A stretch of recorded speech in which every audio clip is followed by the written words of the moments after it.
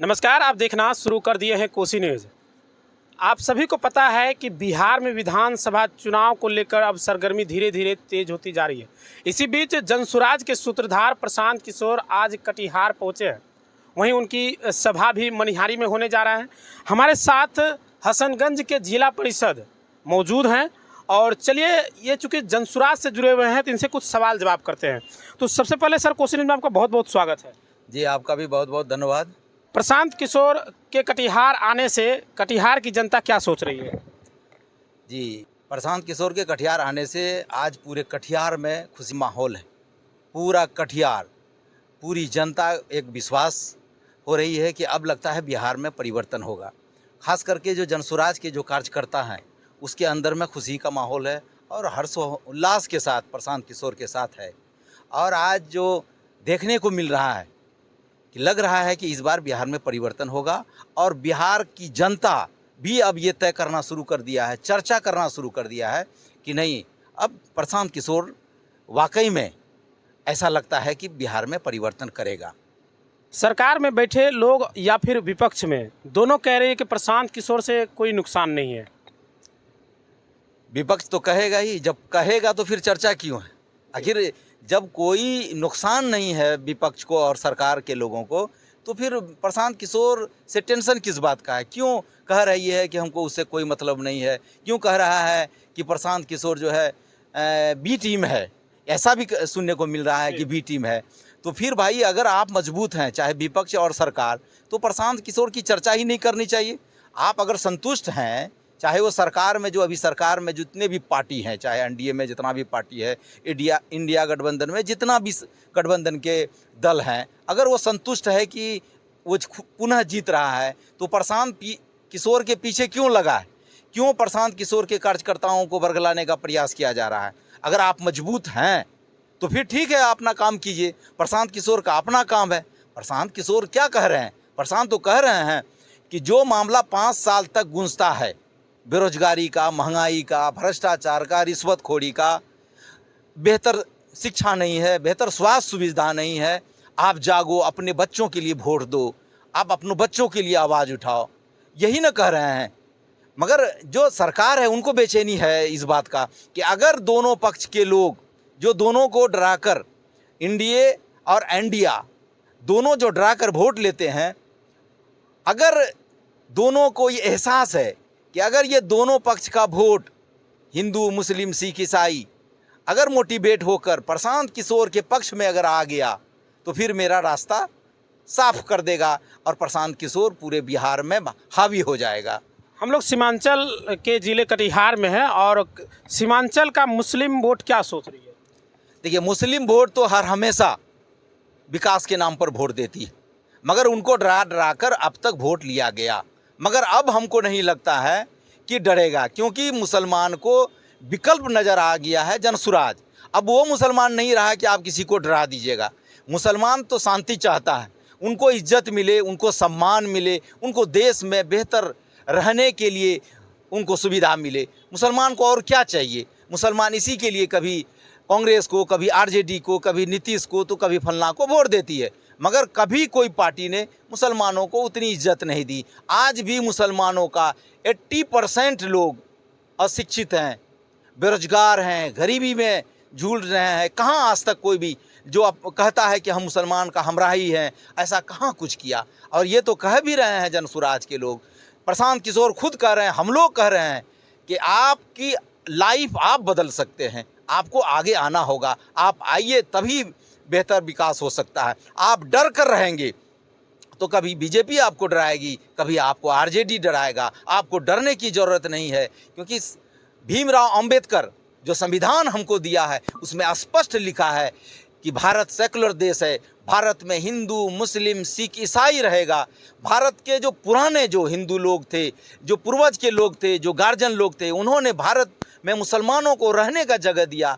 लोग उनके साथ विचार लगाया, कहा कि आप जो हमको हक है, जो अधिकार है, वो आपको भी अधिकार मिलेगा। आज जो कुछ लोग मुसलमानों को डराया जाता है, ये कभी भी संभव नहीं होगा कि मुसलमान को भारत से निकाल दिया जाएगा। प्रशांत किशोर तो यही कह रहे हैं, जो 2 साल से जो आज पैदल चल के गांव-गांव में लोगों को समझा रहे हैं कि आपको डरने की ज़रूरत नहीं है, आपको कोई नहीं निकालेगा, आप बेखौफ फ्रीडम आज़ादी के साथ आप सोच अपने विवेक से वोट आप डालो, केवल विकास के लिए, अपने बच्चों के लिए, अपने बेहतर स्वास्थ्य के लिए।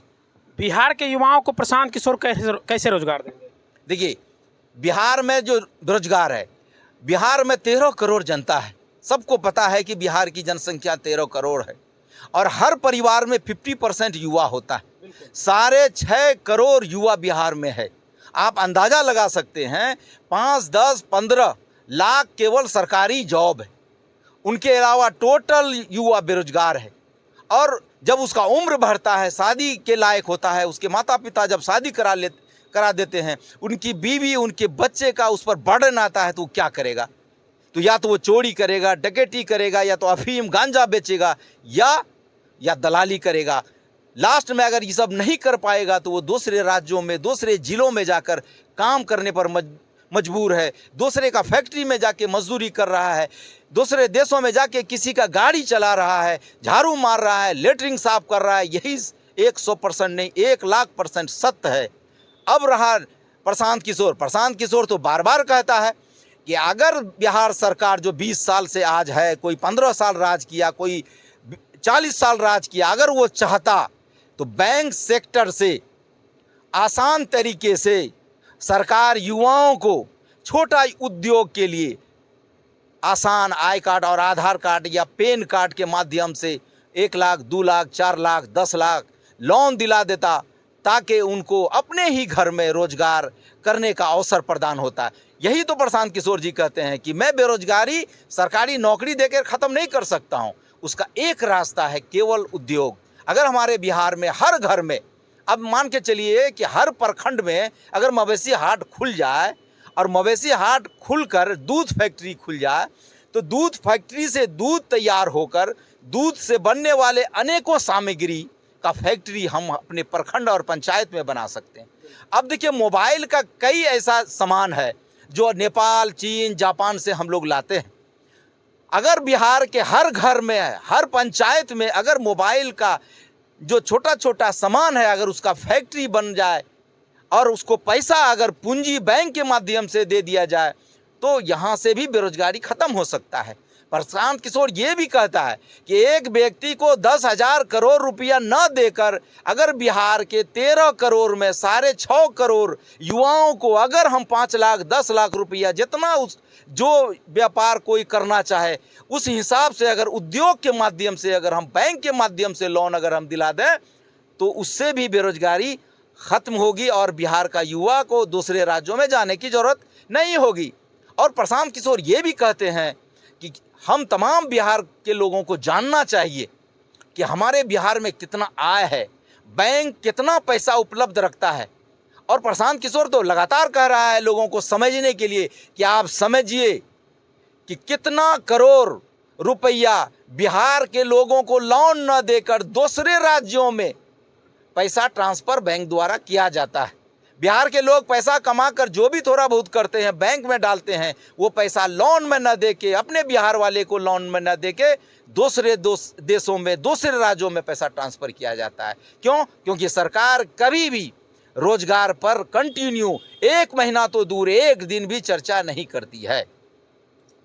विपक्षी जो है प्रशांत किशोर को भाजपा की बी टीम कहती है। देखिए, बी टीम कहना ही वाजिब है, क्यों नहीं कहेगा भाई। जो काम आज तक 15 साल, 20 साल, 25 साल सरकार पर रहने वाला, चलाने वाला, आज तक बेहतर शिक्षा का व्यवस्था नहीं सुधार सका। एक काम बिना रिश्वत का नहीं होता है। मृत्यु प्रमाण पत्र हो या कफन तक में रिश्वत लिया जाता है।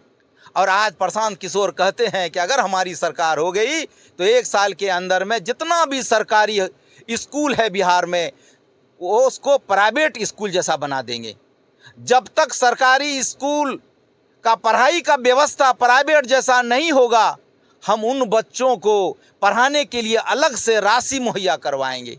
तो स्वाभाविक है विपक्ष के लोग तो बेचैन होंगे ही कि भाई अगर प्रशांत किशोर की बात को लोग मोटिवेट कर लिया, लोग समझ लिया, अगर प्रशांत किशोर के पक्ष में वोट डाल दिया तो हमारा तो दुकान बंद हो जाएगा।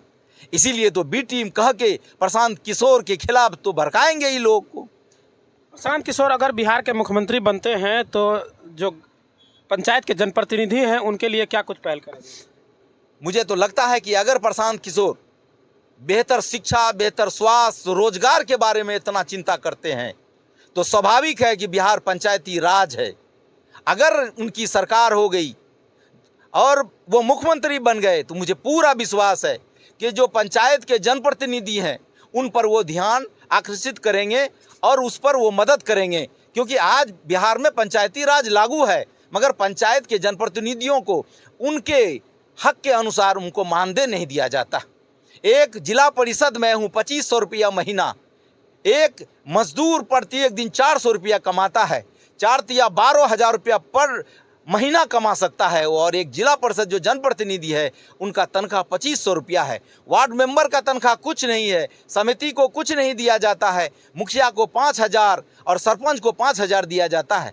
मुझे पूरा विश्वास है कि अगर ये प्रशांत किशोर जी बिहार के मुख्यमंत्री बनते हैं तो निश्चिंत पंचायत का जो जनप्रतिनिधि है, जो पंचायत का जो कानून है उसको 100% लागू करेंगे और पंचायत के जनप्रतिनिधि का मानदेय को बढ़ाएंगे। प्रशांत किशोर कहते हैं कि सिर्फ विधायक बन जाने से, यानी कि बिहार में सरकार बना लेने से बिहार का विकास नहीं होगा। जो पंचायत के प्रतिनिधि हैं, जो मुखिया का चुनाव भी लड़ते हैं, वो भी जनसुराज की ओर से लड़ाया जाएगा। जी हाँ, ये तो हमेशा कहते हैं कि अगर हमारी सरकार होगी तो जनसुराज के माध्यम से पंचायत का जो जनप्रतिनिधि है उनका भी चुनाव कराया जाएगा। अगर सरकार बन गई तो, सरकार नहीं बनी तो भी प्रशांत किशोर, क्योंकि अभी तो जैसे एमएलसी जो चुनाव हुआ वो जनसुराज के माध्यम से चुनाव लड़ाया गया, अभी जो 2-4 विधानसभा चुनाव लड़ाया गया वो भी जनसुराज से चुनाव लड़ाया गया, कई जिला परिषद जो चेयरमैन है वो जनसुराज से चुनाव लड़ाया है और जीते भी हैं। अभी जो है एक राज्यसभा इनमें एक सांसद भी हैं, तो एजुकेशन जो सांसद हैं, एमएलसी जिसको कहा जाता है, वो अभी जनसुराज का एक हैं।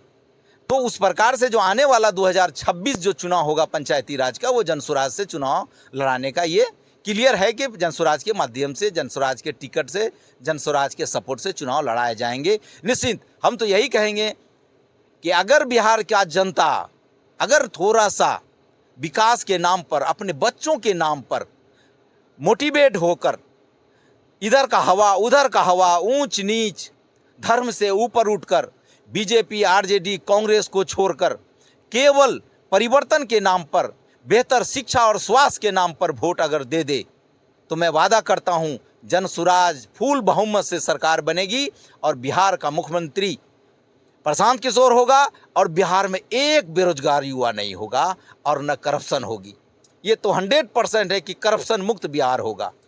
बहुत बहुत धन्यवाद हमें समय देने के लिए। पूरा परिचय एक बार लास्ट में जानना चाहेंगे आपका? मोहम्मद शाहिद अख्तर उर्फ शाहिद हिंदुस्तानी, जिला परिषद सदस्य हसनगंज, जनसुराज, जिला सचिव कटिहार। बहुत बहुत धन्यवाद। अपने परिवार के साथ गांव में रहकर रोजगार करना चाहते हैं तो आइए ना हमारा जायसवाल ट्रेडिंग में, जहां आपको महिंद्रा का बेस्ट परफॉर्मेंस वाले टोटो देंगे, वो भी मात्र 40,000 तक में। फिर देर किस बात की है? हमारा पता है कुर्सेला प्रखंड अंचल कार्यालय के समीप। संपर्क सूत्र 7260847413।